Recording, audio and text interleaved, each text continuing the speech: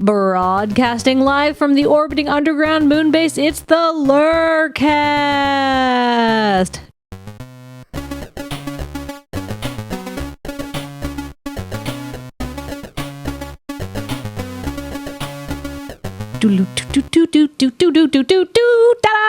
Welcome to Kathleen's Trivia Challenge. This week we have Paul, Cameron, and Julie joining me for 4 rounds of deliciously difficult questions. Are you guys excited? We Delicious. are. Totally. All right, so this week's topics: current events, Africa, are you smarter than a 5th grader? I'm trying to remember the last one. Oh yeah, farts. Here we have a whole round about farts. So you guys ready for this? So, Totes. all right, question 1.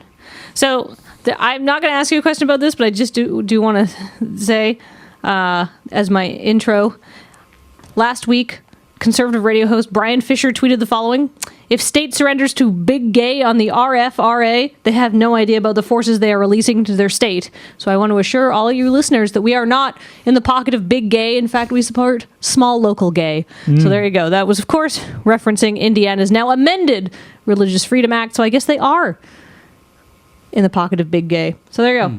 Farm to table gay, also good idea. Organic gay. Anyhow. GMO-free gay. Oh, yeah. Hydroponic gay. It's you get that within 10 miles. It's just more healthy that way. Oh, Yeah, absolutely. Exactly. Lower carbon footprint. The 100-mile gay. All right. Question 1.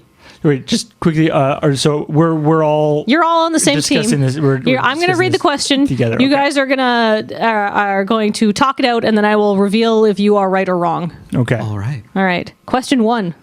ISIS is well known for being awful, and it has tried to make life in its territories just a little bit more awful. Last week, they issued an edict that promised 80 lashes to anyone in their territories they caught doing what? Was it A, watching a Real Madrid football game, B, having sex in public, or C, ordering the new Apple Watch? I think it's A. It's got to be something that they weren't already just lashing people for. Yeah. So A seems. I mean, C would be funny. I'm tempted Yeah. towards C, but A seems plausible. I don't follow football enough to know whether that was actually a big thing, but Yeah. Is football forbidden in ISIS? I don't know. I've seen I've been directed to some of their Twitter discussions where they're discussing whether McDonald's is forbidden or not. Huh. Is it the shorts, do you think?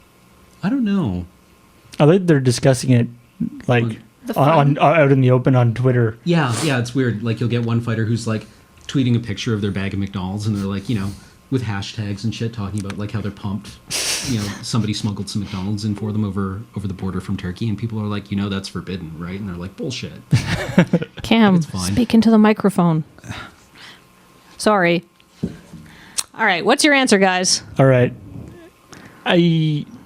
it's got to be A. I think so. A. All right, well, Sure. as a team, you guys are correct. Yay. Okay, good. All right, so football, according to ISIS, is a symbol of the decadent West. However, that 80 lashes thing is a pretty good deal because they have executed in the past people that they have caught watching football games in the past. So that's actually a reduction, Yeah. and they're actually being more liberal about it. Well, liberaling, I think 80 lashes might kill someone. Yeah, no. Right? It's a lot of lashes. Oh, so it's more the method of execution as opposed to whether you're executing. Well, I mean, or not. I've never been lashed, but I've seen movies where people get lashed, like realistic ones, and it seems like I don't know if I could survive 80. I don't know if I could survive 8.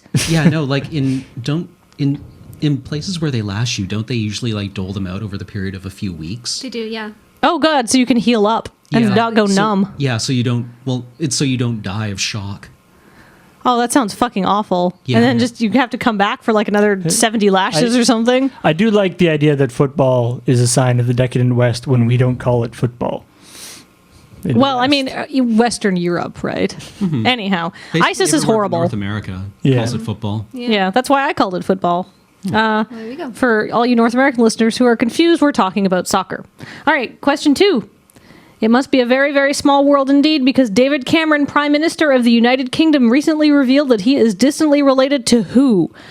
Is it A, Benedict Cumberbatch, B, Walt Disney, or C, Kim Kardashian? Maybe he's trying to latch on to Benedict Cumberbatch's popularity. Yeah, I was going to say, like, that would give him a big surge in certain demographics. Would it? He's got to be very... If it is Benedict Cumberbatch, it's got to be a pretty distant relationship, though. Yeah. Yeah, that would have been my first guess, is Cumberbatch. Maybe it's the cheekbones. Maybe. That impish smile. The hair. I could actually see hair. it now. Yeah. All right, so you guys are decided on Benedict Cumberbatch? Yeah, I don't know if you would really trumpet distant relations with Walt Disney or Kim Kardashian if you're where David Cameron is in the polls. Yeah. I mean, maybe Walt Disney, but... Sure, let's go A. Oh, I'm so sorry, but A was a fake that I put in there. Benny Cumberbatch, as you know, I like to call him because we're close friends, is actually distantly related to Richard III, who they just reinterred after they found his bones in a parking lot. And he actually read a poem there, so that's where I pulled that from. David Cameron is in fact distantly related to Kim Kardashian. Huh. How so? They are very, very, very, very, very, very, very distant cousins. Aren't we all? I mean, but like they can trace it back. Like I could say that we might be very distant cousins, like at a mitochondrial level or something, Julie. But like they do share a common ancestor back from like the 1600s or something. Huh. So, All right. During when I did this at my quiz night, I did overhear some people saying, "Aren't all toffee British people kind of distantly related anyhow?" Well, I mean, yeah, I would imagine that there are hundreds of thousands of people in Britain that he's more closely related to than Kim Kardashian. All right, so far you're 50% here, but I think this question could catch you back up. A breakdown of world leaders' salaries was published this week. Which European political leader makes the most money? German Chancellor Angela Merkel, A. Vladimir Putin, B. Francois Hollande, leader of France, C. This is Makes the most money in their job. Yeah, from their salary. From their salary. Not yeah, because it's a associated things. No. A breakdown of world leader salaries was published this week. So this is how much money they get on their T4. What country would pay their... I actually would guess Francois Hollande, just because like that seems like the kind of thing that would be newsworthy, since he is like a very left leader. That if he's making a lot of money in his executive position, then that would be kind of I mean, it's scandalous. It's one of those. It's like, Putin. I'm sure he has a lot of money. Mm-hmm. Where he got that money is not necessarily from the actual job of being the president. President / prime minister. Yeah, depending on which year it is. Yeah. Dictator / Yeah. All right. So, what do you guys think? Yeah, Francois Hollande. Yeah. Francois Hollande. Hollande. Yeah. Sure, let's do it. Seems plausible. Oh, you guys are just being destroyed on current events. It's actually German Chancellor Angela Merkel. She makes about 218,000 euro a year, which is a lot of money, but considering she basically runs the European economy, I think girl is being fairly compensated. Yep. Doesn't she also have a PhD in physics? Yeah, she's really smart. I feel that she's earning that salary. Vladimir Putin actually makes the least. He makes about 150,000 euro, and Hollande, I'm actually going from memory because I forgot to write these down, makes about 180. So Merkel, it's by a big factor, right? I think. Don't quote me on Hollande because I don't actually super well remember, but it's Merkel by a factor, but she deserves it, so I'm okay with it. Cool. All right, this one is not multiple choice. You guys have to puzzle this one out. But Julie, I feel that you could be an asset to the team here. Ooh. Name the fashion designer who revealed that his cat, a Siamese named Choupette, has earned almost $3 million this year for doing 2 modeling assignments. He's the head of French fashion house Chanel. Oh, crap. Name the designer. I have no idea. I'm assuming it's not Coco Chanel, because that would be... No. Well, he. Yeah. He. That's the tip-off that it's not Coco, but... I have no idea. So he's the leader of French fashion house Chanel, and he owns a fluffy Siamese named Choupette, who he adores and puts in ads and has made Choupette-themed items for Chanel and all of these things.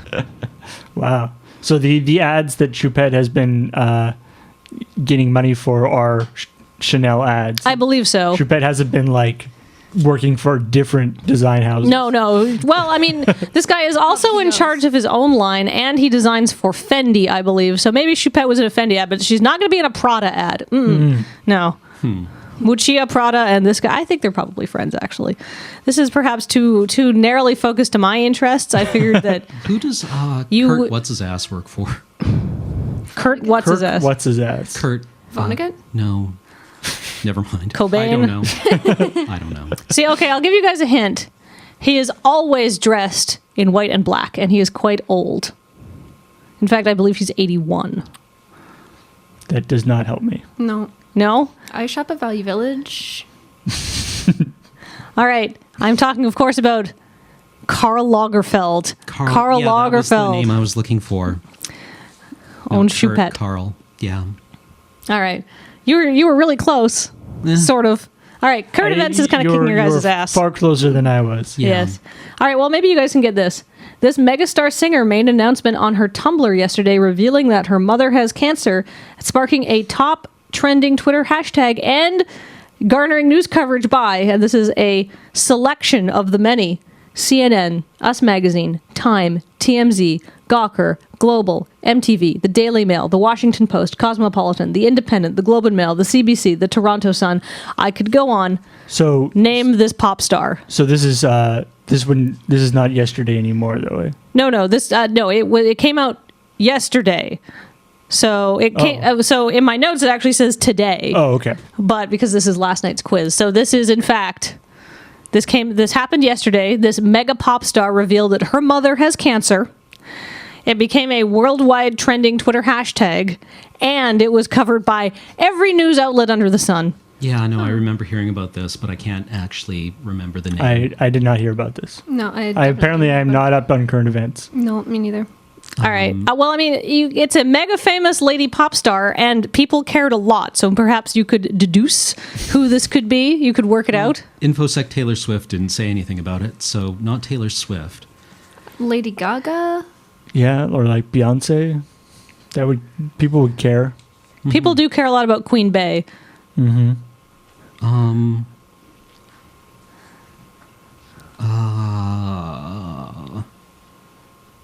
I can't remember. Oh, I'm so sorry. Do you have any guesses?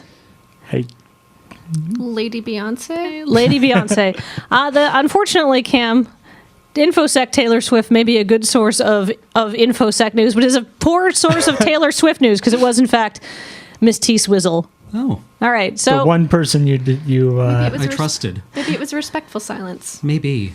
Yeah. Yeah, I guess it would have been. All right. Well, here's this one's multiple choice, but I believe in you guys because it's about cats. Yay. Yeah. All right. This study, published to this week in the Journal of Feline Medicine and Surgery, has revealed that cats like what genre of music the best? Is it A, classical, B, heavy metal, or C, pop? What genre of music do cats like best? What genre of music is the one where that's just the like Christmas songs that are meowed by cats? I don't think cats like those at all. That's not an option. I would just file that under kitsch. See, I always thought it was jazz, so I guess classical would be my next guess. I want to say pop, but I'd be willing to go with classical. Yeah, I feel like rock or heavy metal would have too many loud, scary noises, you would think. Mm-hmm. See, I have a friend who likes to meditate with her cat, and he prefers classical music when he's all keyed up. It helps him relax. Okay. Mm-hmm. Classical. Julie, you are correct. Yay! Because it has now been proven that cats like classical music best. I'll tell you how they did it. Researchers looked at 12 cats who were under anesthetic for operations, and they put little kitty headphones on the cats, and then they exposed the cats to 3 different genres of music for 2 minutes apiece. And then while they were listening to the music, they measured their pupils and their breathing rate. Cats did not like Def Leppard, which was their baseline for heavy metal. And I have some issues with calling Def Leppard heavy metal anyhow, but whatever. They were completely indifferent to pop music, didn't care about it, but they quite enjoyed classical music, in particular the music of Handel. So there you go. Cats do like classical music best. I like the idea that as part of their scientific, as part of the paper, they have to do like a big scientific analysis of, why they chose certain, like why Def Leppard could be considered to be heavy metal, and they had to do like a big justification for it, cite sources. And now we know someone who likes Handel. So All cats. Sick burn. So that was based on 12 cats? 12 cats. So, I mean, it's a pretty small study, but hey, it's Julie backs that up with anecdotal, unscientific evidence. There we go. So there you All go. right. So you guys got 2 out of 6 on the current events round. Not great. No. Not great, but I feel that you can come back in the more academic rounds. Are you ready for this? sure. Yes. All right. Africa is home to 1.1 billion people, and it is also the birthplace of humanity. But how much do we really know about Africa, its history, its geography, and its people? I'm guessing not as much as we wish we did right about now. Yeah. So, all right, are you guys ready for this? How's your geography? Poor. Well, maybe you can... which one of these African countries isn't landlocked? So, has access to a coast, is not surrounded by other countries. All right? Water access, boat ramps. Botswana, the Central African Republic, Niger, or Somalia? Somalia, isn't it? Somalia. It's right on the Yeah, it's right on the coast. East It's coast. which Yeah, it's on the one? Horn Which of one Africa. does have access? Yes, or- is not landlocked. Is not landlocked. Has Oh, yeah. boat ramp. Yeah. Correct. Yeah. Yay, Somalian pirates. The pirates have to land somewhere. Yeah, exactly. Right. All right. The history and general awfulness of colonialism has left a deep mark on Africa, including the language. 21 African countries, including Niger, Gabon, Togo, Chad, and Guinea, use this European language as at least one of their official languages. Niger, Togo, Ghana, Gabon. No. Niger, Gabon, Togo, Chad, and Guinea. Isn't it French? Yeah. I know French is spoken quite widely. Yeah. Weren't they all... French Wasn't that Guyane. all... Yeah. Like, Well, the French had a lot of North African colonies too, but that... I'm sure I've heard of, Because, like, the Belgians were all over West Africa. and I'm sure I've heard of French speaking in Togo. Yeah. Yeah, French. I'm confident. Yeah. All right. Julie, once again, you are carrying the team here. It is French. You knew that right off. Here's another country that speaks French, Côte d'Ivoire. Don't say. So there you go. Yeah, that is Togo is French is actually the official language of Togo. So there you go. All right. So in 2014, this West African country's economy became worth more than $500 billion US a year, making it the largest economy in Africa, surpassing South Africa for the #1 spot.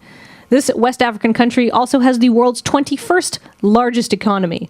It is home to Nollywood, the second biggest movie industry in the world in terms of number of films made, and last week it completed a successful, peaceful, democratic election, with President Goodluck Jonathan being replaced by Muhammadu Buhari. Name this country. Nigeria, isn't it? The Nollywood would indicate that. Yeah. Yeah. Correct. It is Yeah. Nigeria. I don't know if... They really got to. I think they definitely took a step down in terms of awesome president names, though. Well, Maybe he could rename himself, the new guy. I think it's just nice that they had a democratic election. I mean, yeah, being like a actual good president is probably more important than having a cool name. Yeah. But So that's pretty cool. The winning team did not get this question last night, but they were like, in all fairness, I probably should know what country that is, considering how big they are and how much their economy is worth and how many people live there. So they were like, that's fair. That's a fair thing to have to be able to know. All right. So of course I said they were a West African country, and we might know West Africa more for the 2014 Ebola outbreak than anything else. Concentrated in Guinea, Sierra Leone, and Liberia, how many people have died from Ebola, according to an April 9th update from the Center for Disease Control? Is it A, more than 10,000, B, more than 25,000, or C, more than 50,000? It was more than 50,000, wasn't it? Is this like to date? Today, April 9th, it was Forever? No, in the 2014 Ebola outbreak, according to the Center for Disease Control, which put out an update with updated confirmed casualties yesterday. Which has continued into 2015. Yeah, but they classified it as a 2014 outbreak because there have been smaller outbreaks before. So how many people have died since Ebola started becoming a real since the Ebola outbreak started in 2014? How many people have died from that outbreak? So it's not in total or forever. So it's A, more than 10,000, B, more than 25,000, or C, more than 50,000 in this outbreak. See, the last update I heard was about 10,000, but that was a while back, so I'm not sure. No, yeah, because when I heard the first question before I heard the multiple choice answers, I was like, is it 100,000? But I think I might just be off by an order of magnitude. So Like between by 10 0. and 25? Yeah, I'm comfortable with those. Yeah, I mean, that would be my guess based on my last check, but Okay. I could be off. More than 10,000? Yeah. Sure, let's go. Correct. More than 10,000. According to the CDC update, there have been more than 10,000 confirmed deaths, and there have been over 25,000 confirmed or suspected cases, because obviously some people got sick and died before they could confirm that they had died from Ebola, if you know what I mean. So there's a little bit of fluctuation there. Not everybody dies, obviously. And the numbers have been going down dramatically because obviously all those countries have done a really good job putting in like, hey, we're closing the elementary schools, and getting medical care. By the way, another feather in the cap of Nigeria. Nigeria did have one guy who came into the country with Ebola, and Nigeria is very densely populated. And they just shut that shit down, and there was no outbreak in Nigeria, which is honestly very impressive. Mm-hmm. They have pretty good access to medical care in Nigeria, so there you go. It is also, Nigeria also pegged as one of the upcoming countries to watch by 2050. It's not in BRIC, which is sort of Brazil. What are the BRIC countries? Clearly not in BRIC. No, but it's in one of the other acronyms for countries that are on the rise. All right, anyhow. More geography, because I like geography questions. This African country is completely enveloped by South Africa, and it's one of only 3 enclaved independent national entities in the world. It's run as a constitutional monarchy with a king and a prime minister, and its capital is Maseru. Is it A, Malawi, B, Lesotho, or C, Burundi? It's B. Lesotho. Lesotho, yeah. Yeah. Okay, I don't know. So That little guy. Correct. So in case you're wondering, the other 2 enclaved countries are San Marino and Vatican City, both in Italy. So far, Julie's the MVP here for sure. Yep. I had a globe as a kid. All right.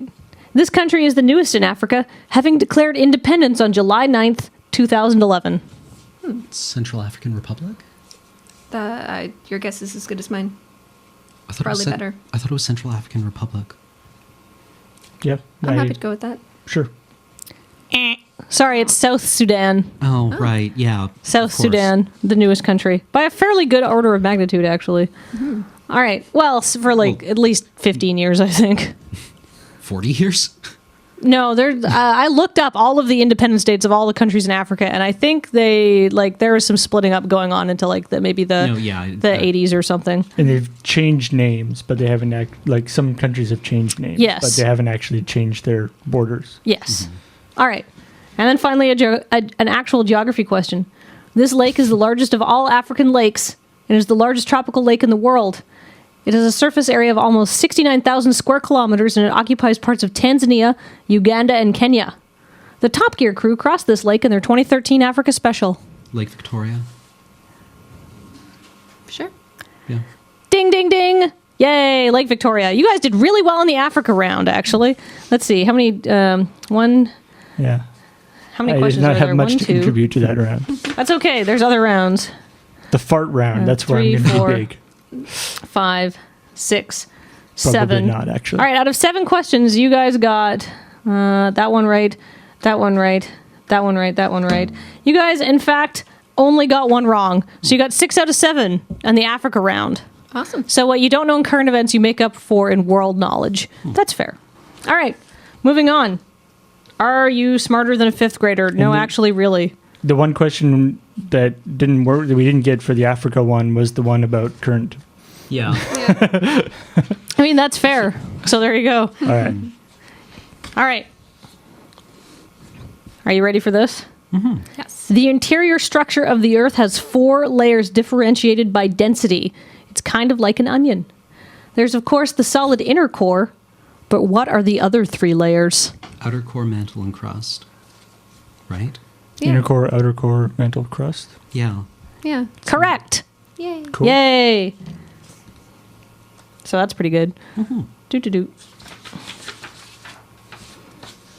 Inner core and outer core seems like a cop out. Yeah, Well- exactly. Like, core should be... Well, the inner core is solid and the outer core is molten. So that's why they're different layers. So But the they should call it something Yeah. different. Yeah, the inner core should be core, and then, like, the outer core should just be, like, nougat.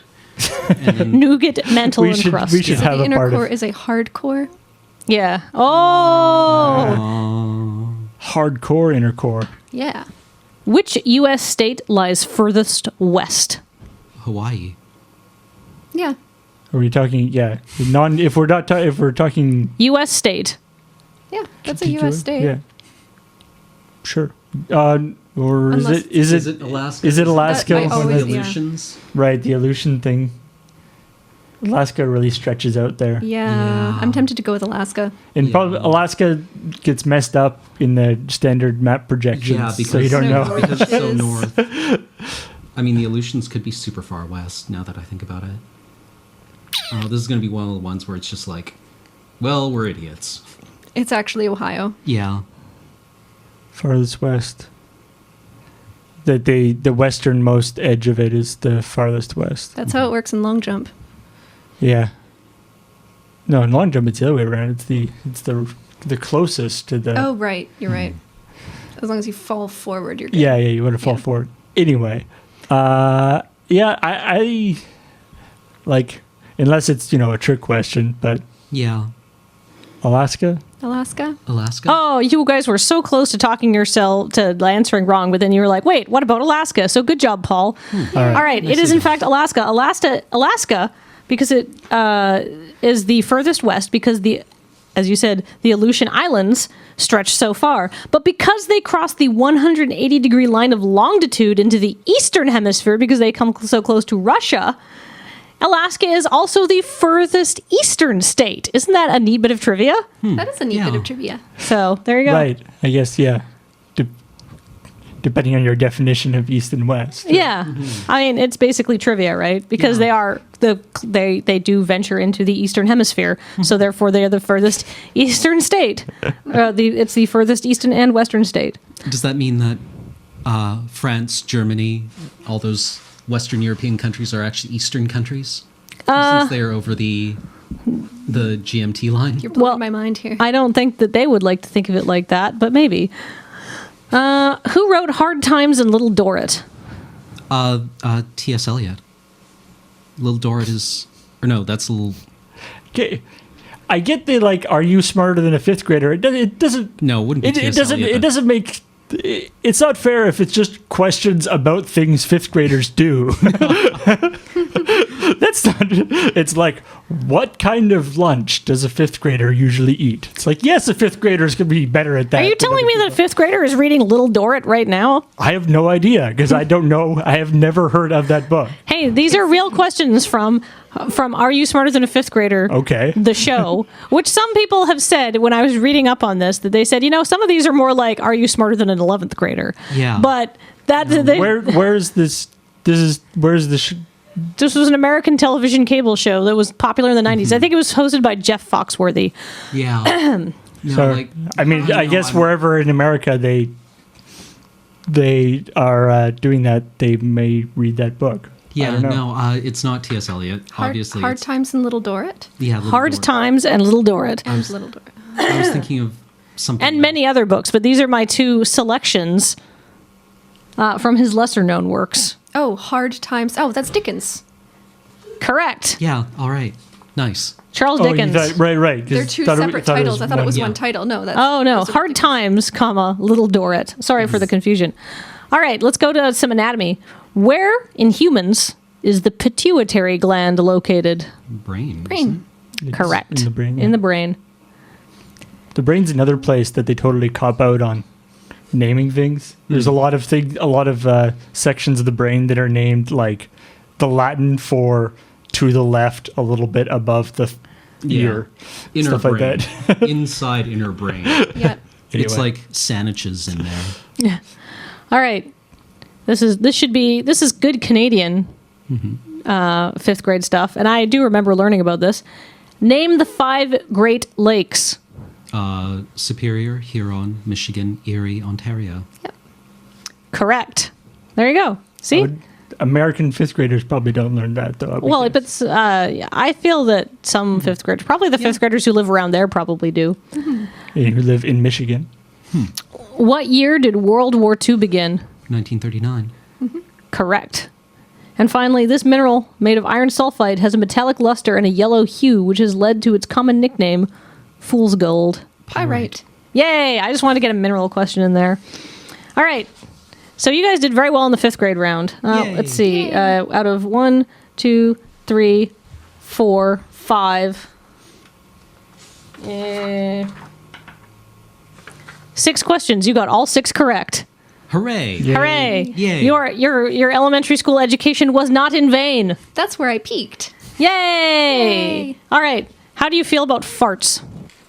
They're funny. Okay, well, how do you want? yeah. Do you want to learn about the actual physiological bits that make farts? Well, it's butt stuff, right? Yeah, let's learn about. Well, this is more like inside stuff. Inside butt stuff. Yeah. All right. Mediated by butts. Yeah, really, butts are just the end of a fart's journey. All right. So anyhow, farts happen because of nose is bacterial the end, fermentation in your gastrointestinal tract. Basically, as food gets broken down, all the bacteria make gas as a byproduct.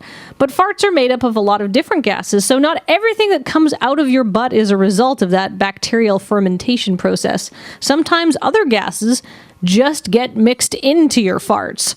Which one of these gases isn't made as a result of bacterial fermentation in your gastrointestinal tract? Is it A, methane, B, hydrogen, C, carbon dioxide, or D, nitrogen? Nitrogen. Okay. You seem pretty certain about that. If there's a bacteria that can make nitrogen, I don't want to meet it. Fair enough. All right. I think, at least, nitrogen has the strongest bonds. It's a triple bond.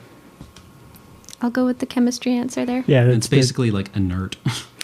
Correct. Nitrogen is not produced produced in your guts. It is just a component of environmental air. And you get a little bit of nitrogen in your farts because you do swallow a little bit of air as you go about your day. Patients who have excessive intestinal gas that is mostly composed of nitrogen have a condition called aerophagia, a condition where you swallow too much air. So, did you know? nitrogen farts. All right, so everybody here has probably done this unfortunate thing.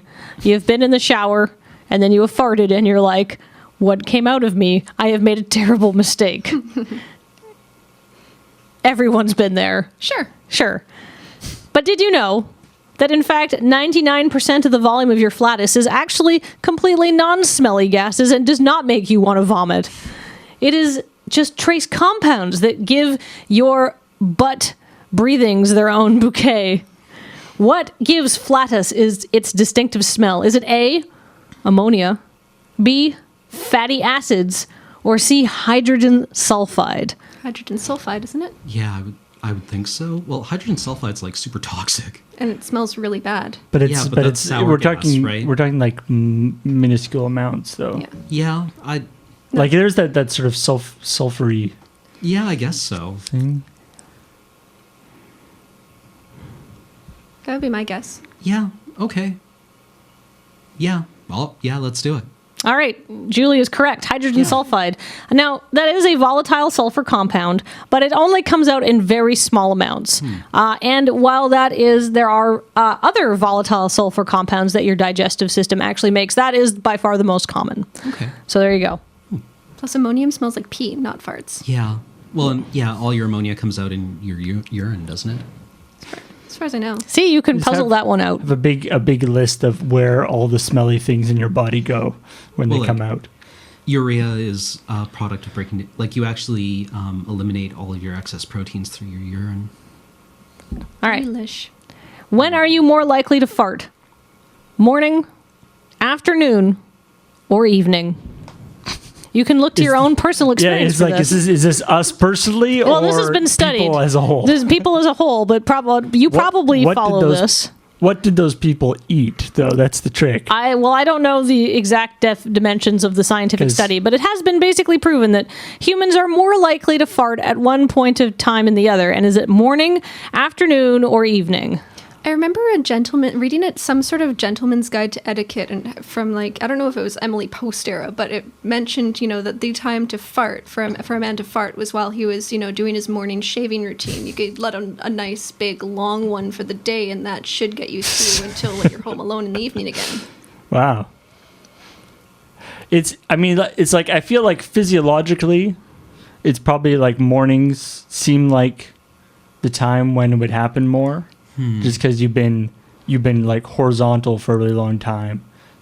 Things have had time to settle. And then you change your orientation and stuff. On the other hand, I'm more inclined to be eating things to cause farts at lunch and dinner than breakfast. Then they percolate overnight. That's true. That's true. Morning? That word percolate is so good. Yeah. Percolate. Because it involves dripping. All right, let's say morning. Paul, you have actually correctly deduced what scientists deduced. Basically, here's the deal. It's a measured fact that people do fart more in the morning, and this is why scientists think that's true. You're actually more efficient at passing gas when you're upright. So when you're laying down all night, as Julie put it, they percolate, but they don't really have anywhere to go unless they are building up to a serious degree. So when you get up in the morning, you stand upright, and then your body is better at doing the gas movements in your GI tract, and then all your farts come out. So yeah, you do fart more in the morning. It's a measured thing. So should we do handstands immediately once we get up? No, you want to do it so they get out of your body because the gas has been building up anyhow. No, but like a handstand would make it get out even quicker, you would think, doesn't it? If it goes up. Doesn't it? I don't know if that's quite how your intestines work. Sure it does. Maybe we could do a study. All right.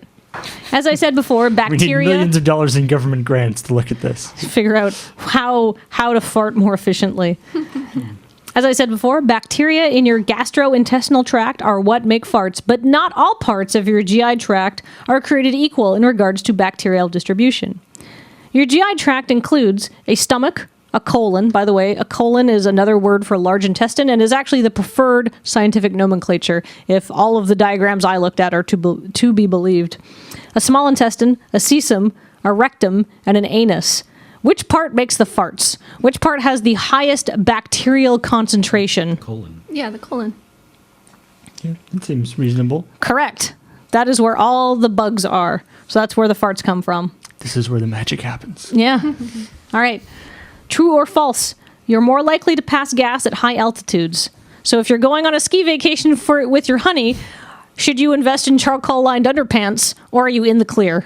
Wait, is that a thing? They fixed that? No, I'm joking. But are you more likely to fart when you're at higher altitudes?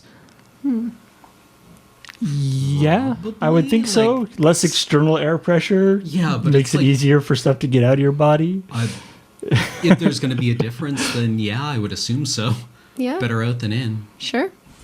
You guys, once again, Paul, you have correctly reasoned this out. High altitude flatus expulsion, or HAFE, is a gastrointestinal syndrome which involves the spontaneous passage of increased quantities of rectal gases at high altitudes. Basically, it is, and the more experience you have at high altitudes, the less you are likely to suffer from HAFE.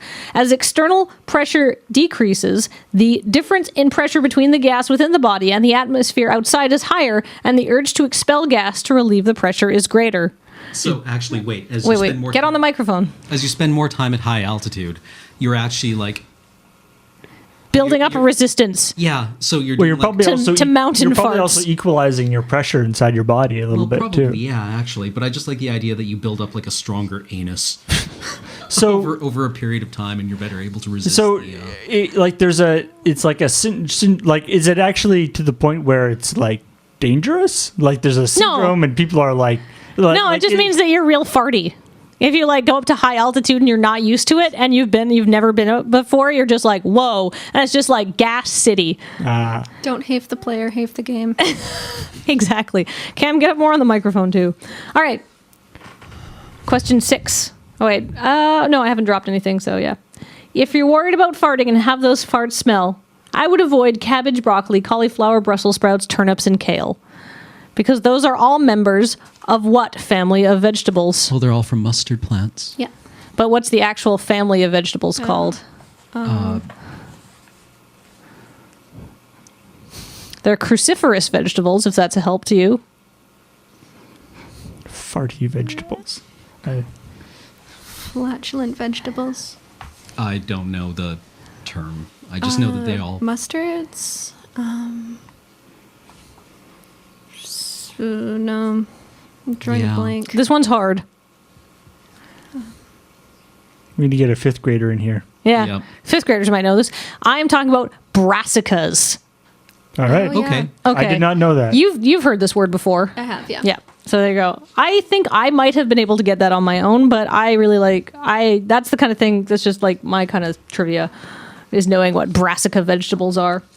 All right. Farts are funny, which is why I made them a whole round of a quiz. But they can also be big business. In 2008, a very smart asshole put out the first fart noise app for the iPhone. Like, remember, 2008 iPhone is new. It is a button that makes a fart noise. How much long- money did So, he yeah, make in a single day? I was going to say, how long after they allowed apps into the App Store Was a fart app? Was the first fart app? I have no idea. All I know is that he made a lot of money. How much money did he make in a single day? Was it A, almost $5,000, B, almost $10,000, or C, almost $50,000 in a single day? App Store 2008, an app that makes farts. Don't know how much the app cost. Probably $1. Probably $1. How big was the... The market iPhone was market? smaller, but not that's like... I mean, I wouldn't be surprised if it was 50 grand. Yeah. People like farts. 50? Sure. I'm sorry, it was almost $10,000. Poor guy.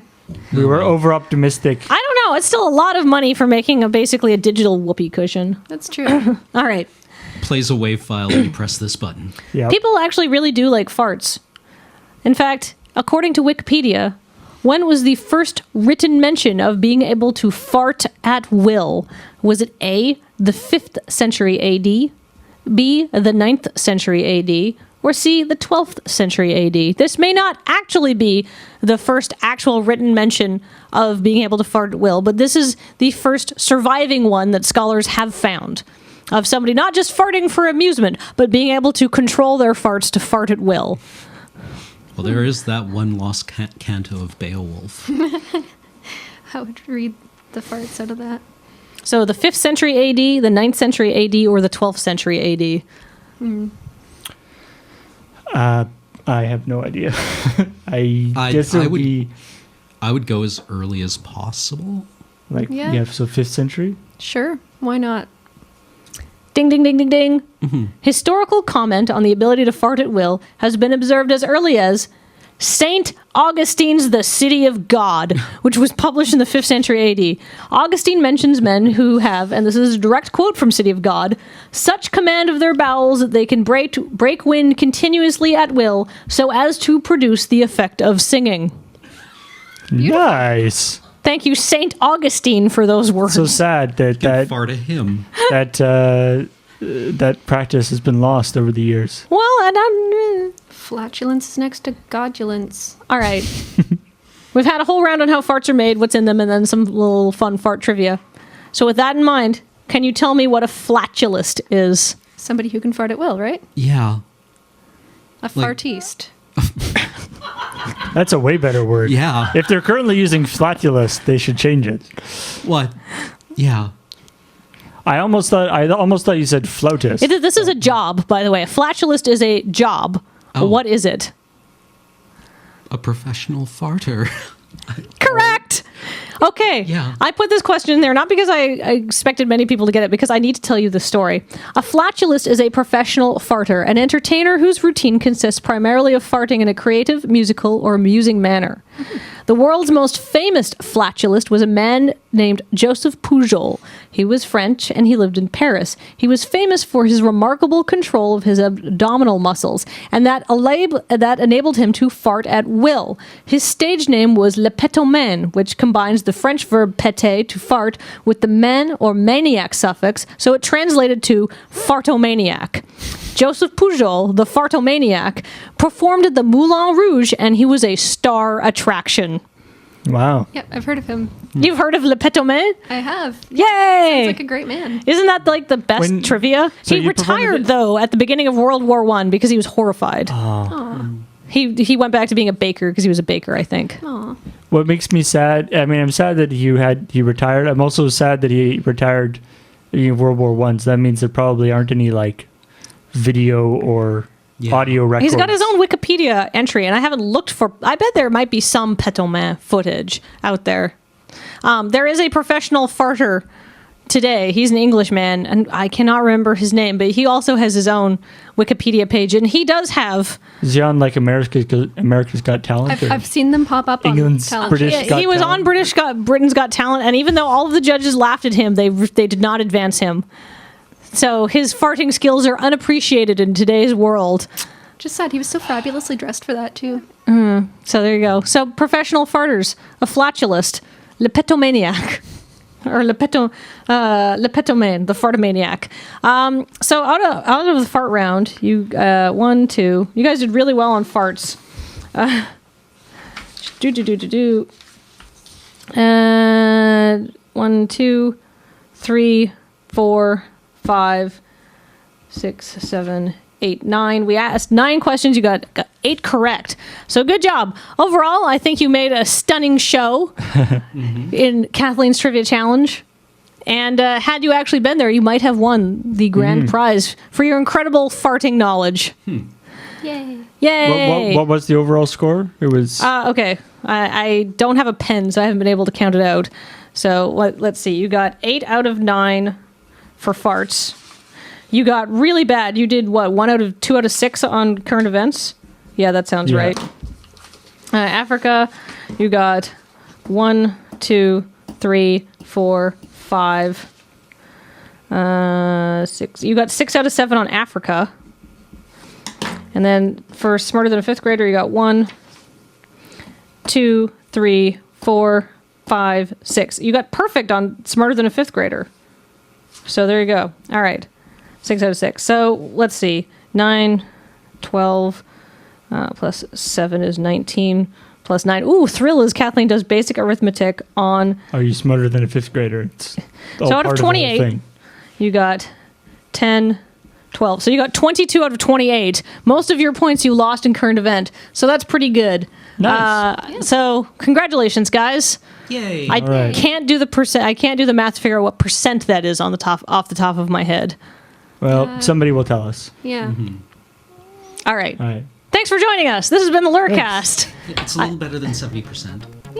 So I hope right. you guys learned a lot about farts. Yay! Whee!